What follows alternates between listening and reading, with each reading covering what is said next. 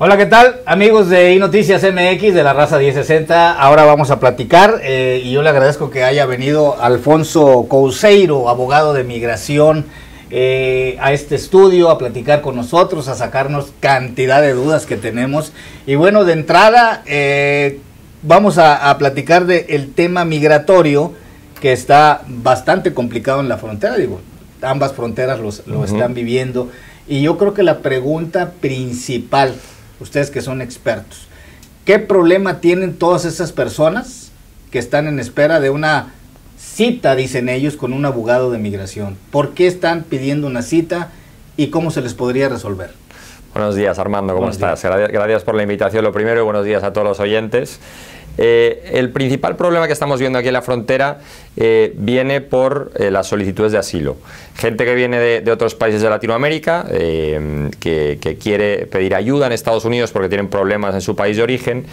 Y ahora mismo hay una reglamentación del gobierno federal de Estados Unidos donde ha limitado la entrada. Anteriormente ha habido una regla llamada Título 42 que por temas de pandemia se estaba restringiendo la entrada de cualquier persona que viniera a Estados Unidos para no propagar el virus. Estuvieron alargándolo al máximo posible ya pasada la pandemia por intentar parar ese flujo enorme de inmigrantes y acumulación de gente con las fronteras, y ahora hay una reglamentación para limitar el asilo para las personas que han pasado por un tercer país desde su país de origen para llegar a Estados Unidos y no han pedido asilo en los países de tránsito. Entonces están diciendo en Estados Unidos que las personas que no han pedido asilo y han sido rechazados sus solicitudes de asilo en estos países intermedios, como puede ser México, no pueden entrar a pedir asilo a Estados Unidos, o lo están limitando mucho. Hay mucha limitación para la entrada de gente. Y por esa limitación la gente a Estados Unidos pues principalmente entra ilegalmente. Antes se podía pedir asilo en el puente y daban entrada a la gente. Ahora mismo está más complicado y por eso se está acumulando mucha gente. Ahora bien, la cita con el juez de migración, ¿cómo puede resolverme a mí que soy migrante, que quiero entrar a Estados Unidos, ¿qué problemas tengo que tener? Mira, el primer problema principal es estar asesorado al entrar a Estados Unidos. ¿Por qué? Porque hacen un filtro inicial. Antes de llegar al juez, la oficina de asilo de USCIS, que son los servicios de inmigración y ciudadanía de Estados Unidos, entrevistan a las personas para ver si tienen un caso protegido por la ley de inmigración de Estados Unidos. Entonces, ¿qué es lo más importante? El tener asesoramiento previo para saber cómo va a ser esa entrevista y el contarle tu caso a un abogado para que te pueda dar pues, un punto de vista profesional, ¿no? sobre cómo funciona este proceso, porque mucha gente le pillan desprevenido en la entrevista, están muy nerviosos, no saben qué va a pasar, y si no pasan el primer filtro, ya no llegas al juez para poder presentar un caso completo. Caso que tiene la ley federal de los Estados Unidos, como por ejemplo una persecución política, es correcto. Inseguridad, creo que hay otro, pero básicamente es eso. Sí, los casos protegidos por la ley de asilo de Estados Unidos, principalmente, ¿verdad? Principalmente a grandes rasgos son cuando alguien es perseguido por su opinión política, por su raza, por su religión, por su nacionalidad o por ser parte de un grupo particular social, un grupo diferenciado en las sociedades. Hay otros casos protegidos adicionalmente para que las personas puedan entrar en Estados Unidos, pero básicamente son los casos que valoran más con más posibilidades de éxito, digamos, ¿no? Bueno, ese es un gran problema. Una vez pasa el inmigrante, es entrevistado por un juez, en dado caso que se quede, o sea, que diga el juez, bueno, te acepto en este país, ¿se hacen residentes, se hacen ciudadanos o qué es lo que sigue ahí? Mira, si tú ganas un caso de asilo en Estados Unidos, te van a dar una residencia permanente, una green card, lo que se conoce como una green card.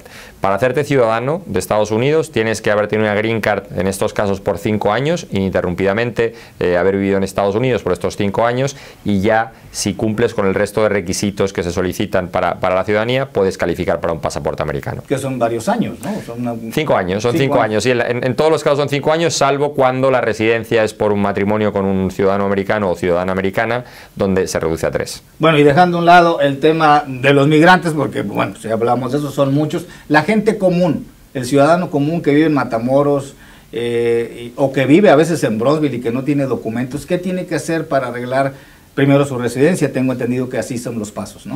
A ver, Hay que ver caso por caso, ¿no? Hay beneficios migratorios donde se establece con qué tipo de visa o con qué tipo de permiso vas a cruzar, qué es lo que te permite hacer en Estados Unidos y los requisitos que hay para cumplir y calificar para ese beneficio migratorio. Entonces, que nosotros en el despacho vemos todo tipo de casos, vemos todo tipo de visas, tenemos departamentos especializados para peticiones familiares. Por un lado, por ejemplo, cuando te casas con un ciudadano, cuando tu hijo que nació en Estados Unidos cumple 21 años y como mayor de edad a estos efectos puede pedir al papá una residencia. Por ejemplo, cuando personas que tienen una oferta de trabajo en Estados Unidos califican para una visa de trabajo o una residencia en algunos casos. Entonces tenemos que analizar el perfil de la persona y ver para qué beneficio migratorio puede calificar potencialmente, y ya una vez hacemos ese filtro inicial, comenzar el trámite para conseguirle ese beneficio migratorio en Estados Unidos. Alfonso Couceiro, qué bueno que estás aquí porque acabas de impulsarme una pregunta. Hay un programa por parte del gobierno mexicano, por parte de la Secretaría del Trabajo, en donde empresas de Estados Unidos piden a trabajadores. Ha pasado, de hecho lo han hecho en Miami recientemente, luego otro en Canadá, pero bueno, ese es otro cuento. ¿Esas personas les dan visas de trabajo o solo entran por un tiempo, se pueden quedar o qué pasa? Hay muchas visas de trabajo en función del perfil y del sector del trabajador y de la empresa. La respuesta corta es que sí pueden calificar para una visa de trabajo. Hay que analizar el perfil del trabajador. De hecho ya van con visa, ¿no? Si no, no van a poder laborar. Es correcto, es correcto. La cuestión es que tienes que hacer el trámite previamente para que puedan cruzar ya como personas con permiso de trabajo legal en Estados Unidos. Para mexicanos hay muchas, de hecho hay unas visas muy interesantes que son las visas TN, que están amparadas en el Tratado de Libre Comercio. Era el NAFTA antiguamente, ahora es el TIMEC. Y en función de la profesión de la persona puede calificar para una visa TN, que son favorables para ciudadanos mexicanos. Otra y muy importante, yo creo que mucha gente que nos está viendo, que nos escucha, deben de tenerla en cuenta. ¿Se puede hacer todo este trámite desde México? Es una muy buena pregunta. Dependiendo del trámite, una vez más, por lo general, en la mayoría de los trámites hay dos opciones. O bien lo haces desde Estados Unidos con el Servicio de Inmigración y Ciudadanía de Estados Unidos, o bien lo haces consularmente ante el Departamento de Estado, que es en los diferentes consulados y la Embajada de la Ciudad de México, de los Estados Unidos en México. Entonces, en la mayoría de trámites migratorios se puede hacer de las dos formas.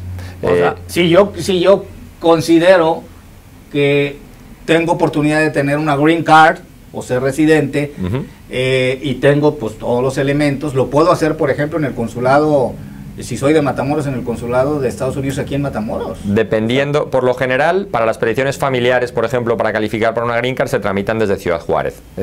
Porque hay asignación, hay equipos de trabajo dentro del Departamento de Estado de Estados Unidos y están en diferentes consulados y embajada en algunos casos, y en función del tipo de trámite que es, puede haber asignado una embajada la embajada a un consulado, o bien puede estar abierto. En ciertos trámites puede ser en cualquiera, así como en Matamoros. Cientos de casos, cada cosa es un caso, o sea, definitivamente sí. Nos acabas de aclarar. ¿Y qué es lo más común que ven ustedes hablando de arreglar personas para Green Card o ciudadanía? ¿Qué es lo más común? Mira, y te hago un comentario que me hizo mi profesor de la Universidad de Immigration Law de UCLA. La ley de inmigración de Estados Unidos, después de la fiscal, que siempre está cambiando, es la más compleja, la que más hay que mirar el caso muy al detalle, porque por una cosita cambia completamente el enfoque del caso. Entonces es importante estar bien asesorado para empezar un trámite en Estados Unidos y no meter la pata, digamos. Y nosotros vemos un poco, en inmigración vemos absolutamente todo, desde peticiones familiares hasta gente que está en procedimiento de deportación y los defendemos en corte. Hacemos a mucha gente que invierte en Estados Unidos, les hacemos la estructura empresarial para estar protegido y blindado en Estados Unidos, les sacamos las visas para ellos y para sus empleados a través de la empresa que hemos creado en Estados Unidos, y vemos la parte fiscal para que cuando entras en Estados Unidos no te coman los impuestos, ¿no? Sino estar de la mejor forma posible, tanto en México como en Estados Unidos. Tenemos departamentos especializados, entonces cada tipo de persona lo derivamos al departamento dentro del despacho, pero en lo que es inmigración. Tienen varias sedes, ¿no? En el Valle, me decías. Es correcto, ¿sí? Es correcto. ¿Dónde están ubicados? Oficinas tenemos en la ciudad de Austin, aquí en Bronzeville estamos construyendo una nueva oficina, en Monterrey, en Nuevo León, tenemos una oficina, y tenemos otra oficina en Querétaro, en México. Órale, bueno, también en México. Pocas veces estoy con un juez, digo con un juez, ya te ando poniendo como juez, con un abogado de migración, vaya. Y voy a aprovechar, me quedan 1 minuto, 2 minutos, para preguntarte algo importante. Hay muchas personas que delinquen, estoy hablando de mexicanos que delinquen por alguna razón en Estados Unidos, hay algunos más famosos que otros, los meten a la cárcel, como el señor Yarrington, que fue gobernador en Tamaulipas. ¿Qué pasa cuando sale de allá? ¿Hay una deportación inmediata? Cuando cumple su pena en Estados Unidos, ¿lo mandan inmediatamente a México? ¿O qué sucede? ¿Puede quedarse? ¿Puede ir con un asesor como tú para quedarse en Estados Unidos? Una vez más hay que ver el perfil concreto, el estatus migratorio que tiene en Estados Unidos, el motivo por el cual está cumpliendo condena en Estados Unidos, pero la respuesta corta es que una persona que no tiene un estatus permanente o que no es ciudadano en Estados Unidos, cuando tiene un récord criminal significativo, van a proceder a la deportación después de cumplir la condena. Entonces hay que ver caso a caso, obviamente, bueno asesorarse una vez más, y a partir de ahí, pues la respuesta corta es que no les gusta a las autoridades migratorias de Estados Unidos los récords criminales. Esa es la realidad. Bueno, pues ahí está todas las dudas, cantidad de dudas. Yo creo que usted también estuvo de acuerdo en muchas respuestas que nos dio Alfonso Couceiro, de Pacheco Couceiro Asociados. Correcto. Te agradezco mucho. Gracias, muchas gracias. Un placer. Vamos a pausa, regresamos, no se vaya, hay más información.